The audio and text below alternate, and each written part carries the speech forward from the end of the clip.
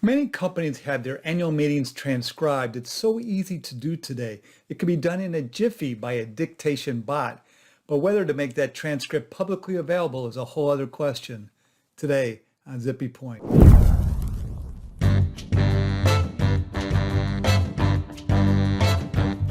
I'm Brock Romack and I'm a big fan of use. Although not required by law, many companies transcribe their annual meetings so they can give a quick check and ensure nothing was said that shouldn't have been, Reg FD violations and such. It's so easy to do. There are dozens of free transcription services that can convert an audio file within minutes. The transcript won't be polished, of course, but it doesn't need to be if you're just giving it a quick once-over. Of course, you might not need to do this if you have video of the event. You can just watch that for your purposes. But some companies actually post transcripts of their annual meetings on their IR webpage. They'll edit those, polish them up, so it's not a raw, unreadable document. So the edits are not substantive, just cosmetic. Companies may do this to appear more transparent to shareholders. They may do this so they have a polished version out there so that any folks wanting to see a transcript will look at that polished version rather than a raw version that some third party might post.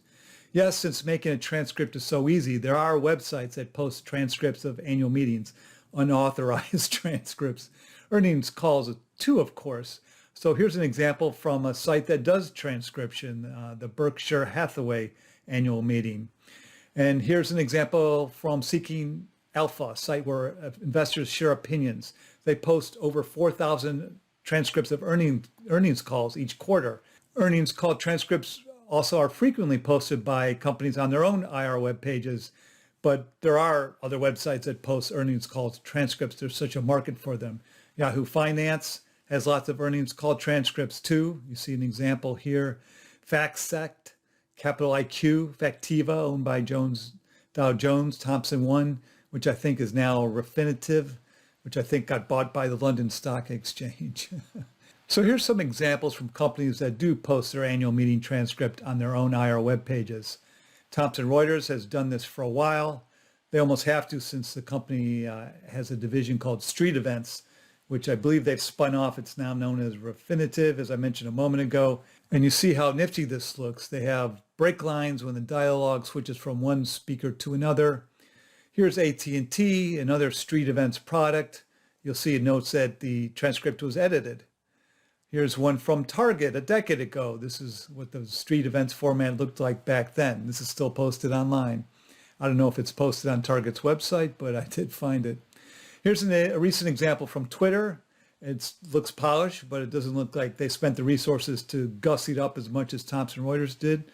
And that's nothing wrong with that. Same with Pepsi. And I also like how Pepsi adds a list of the participants, the speakers at the annual meeting to the top. And here's an example from HP, bare bones. Here's Morningstar's transcript, and they've added a table of contents. And each item in the table of contents, they're all links, so you can move about the transcript very easily. Very cool. So here's a transcript for Starbucks. It says corrected transcript rather than edited. But then here's another example like that from Walmart. It also says corrected transcript. But both of these were produced, I think, by FactSet for the company, or maybe they just made them without their. They're both of these transcripts are actually available from the company IR web pages. My guess is that FactSet is hired by those companies to produce a transcript, and they just use the term corrected rather than edited, even though it really means the same thing. They're not really changing the substance of what people said, but I don't know.